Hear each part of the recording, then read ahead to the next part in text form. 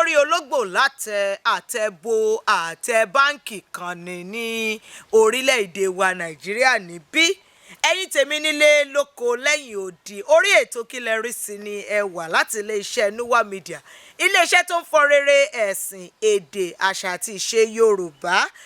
kílẹ̀ rí sí ni ètò kan lórí èyí tí a ti máa ń mú àwọn kàyéfì tàbí ìrírí gbogbo tá a gbọ́ tó ṣẹlẹ̀ sí wa àbí tá a fojú rí tá a ti máa ń mú wá fún wa láti kọ́ra wa lẹ́kọ̀ọ́ láti lè jọ fikùnlukùn àbí jómitóró ọ̀rọ̀ lórí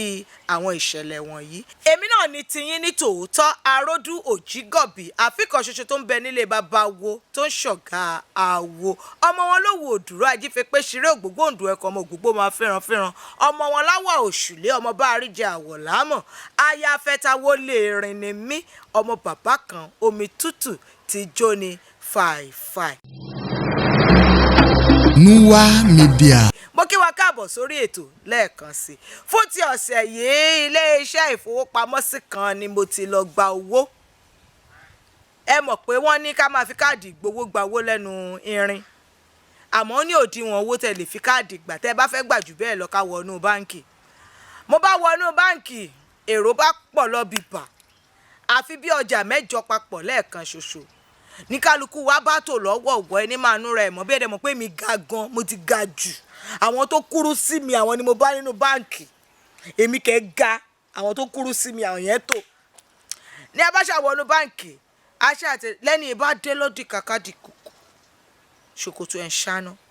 ṣẹ́ẹ̀tì ẹ̀ ti jẹ ẹ̀gẹ́ yó ló mú sùtì ló wọ̀ gbágbágbá ló mú okùn id card ló fi kọ́rùn àárí id card ó jù sínú àpò àmọ́ okùn wà ní ọrùn ẹ̀ obìnrin kan táre ò balẹ̀ owó tóbìnrin yẹn kó dání ní ọjọ́ yẹn ẹgbẹ̀rún lọ́nà àwọn ẹgbẹ̀rún ni ó bébé kò bèbè owó yẹn á fẹ́ wọ bí ẹgbẹ̀rún lọ́nà igba ní ẹni ìbádé madam ṣe fẹ́ sanwó ni olóhùn fẹ́ sanwó ni ló bá mú tẹ́là wá ló bá ní kó fíìl tẹ́là ló bá bá sáìn ó ní ẹ kó wá ẹ jókòó sí bíbá ẹ̀ mò ń bọ̀ lẹ́ni yẹn bá lọ kó lójú tó ṣe pé ọkùnrin yìí àdè obìnrin yóò kúrò níbi tó àwa kẹ̀ ń súnkẹrẹ ṣàdédé la gbọ́ lóbìnrin bá ní òun ti kú o sáfù yín ló gbowó lọ́wọ́ òun tó lóun fẹ́ lọ bá òun sanwó òun fẹ́ lọ bá òun ṣe lóbìnrin bá bẹ̀rẹ̀ sí ní faraya ló bẹ̀rẹ̀ sí ní pora mọ́lẹ̀ bí wọ́n ṣe lọ nìyẹn lọ́ba ní kó lọ wo fọ́nrán kámẹ́rà tí ó máa ń ya àwọn èèyàn bí kálukú ṣe ń ṣe nínú báǹkì ni wọ́n rí ìránṣẹ́kùnrin náà tí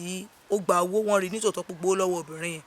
àmọ́ bó ṣe inú rẹ̀ máàrin èrò ó jáde wọn ò sì mọ ẹni náà wọn ò mọ ibi tí ó ti wá àbẹ́rẹ́ pa ní láti kíyèsára gbogbo àwa tá à ń wá àbẹ̀dé kankan ò sì sí lọ́rùn ọ̀pẹ̀ bó o bá ti já látòkè báyìí ọ̀ ń bọ̀ nílẹ̀ ni gbàgà ṣaláìkan ni ẹ̀yìn rẹ̀ yẹn the end ropin sinimá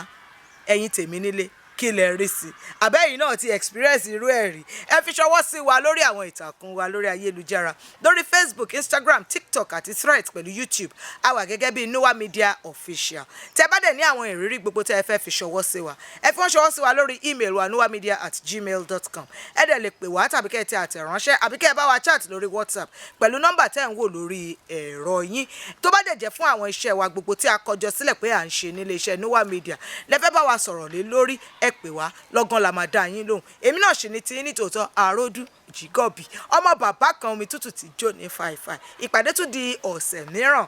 àlàáfíà o.